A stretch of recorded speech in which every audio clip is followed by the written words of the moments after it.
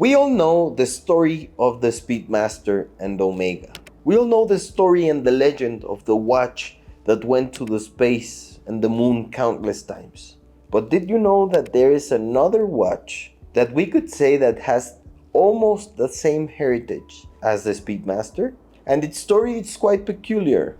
This is the Bulova Lunar Pilot, the watch that made its way to the moon purely by coincidence.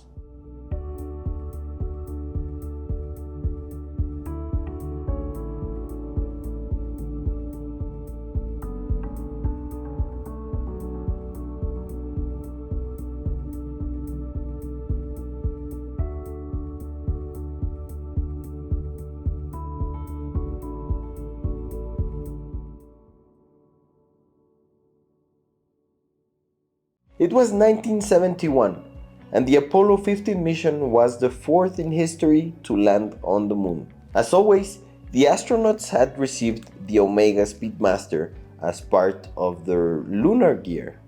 The difference was that in this mission, the astronauts were allowed to take personal items to the moon, and that's where someone inside Bulova's headquarters had a brilliant idea. Before the space race, Bulova was the official timekeeper for NASA, providing dashboard clocks for spacecraft and rockets. But what was the brilliant idea? Well, they developed a prototype watch for the astronauts. So they asked astronaut Scott Carpenter to take it as part of his personal belongings into space. All they wanted was to test their watch, but I think they never imagined that this would be one of the best decisions in their history.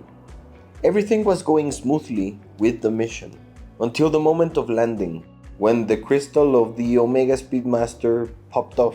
So it was a minor mistake, a minor fault in Omega, but it was one that would mark Bulova's history forever, because it was the prototype's chance. This was going to be the second watch to land on the moon. And it did. And in my opinion, this was one of the best things that could have happened, not only to Bulova, but for the world in general. And let me explain.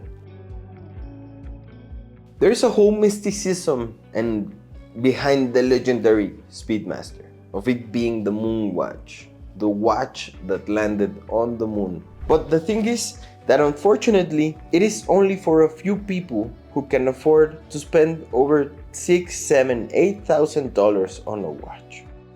Obviously, it's a watch that is well worth it. It's one of the few watches that justifies the price you pay for it. Not only because of the history, not only for the design, because it is a sturdy watch. It's a tank of a watch. Now in this case, Bulova can offer you a similar experience. Now, I'm not saying it is the same, but it is a similar experience. You can buy the Bulova Lunar Pilot for less than $700. It even comes with a wooden box with an extra strap. So you can also switch from different straps, but the experience is very similar.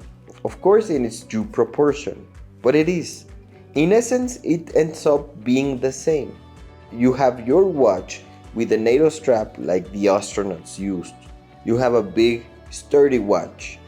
And obviously, you have the most important thing, which is the watch that was worn on the moon by the astronauts. And you can enjoy it even with different budgets. And you can enjoy the same experience. And I think that's what it's all about. Being able to enjoy the watch for its history, for what it is. For what it represents, not so much for whether it's a battery or it's a mechanical piece or how many zeros are there on its price tag. If you ask me, I believe Bulova took quite some time to relaunch, or rather launch this model, because the Lunar Pilot was never a model per se. And to me, it is wonderful that everyone can enjoy the opportunity to have a tribute, a homage if you will, to the watch that went to the moon, regardless of its brand and regardless of anything. And what I like the most is that one doesn't take away from the other.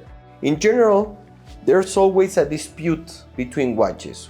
Which was the first automatic watch? Which one was the first dive watch? No, it was me. No, it was me. But in this case, I think everyone knows that Omega was the first. Omega is the best watch. But I know collectors who have both in their collection. And they have a Speedmaster collection with the new one, the old one, the 3-to-1 special editions. But then, on the other side, they have a collection of Lunar Pilot watches. They have different models, they have special editions, different colors, different finishings. But they are the watches of the astronauts.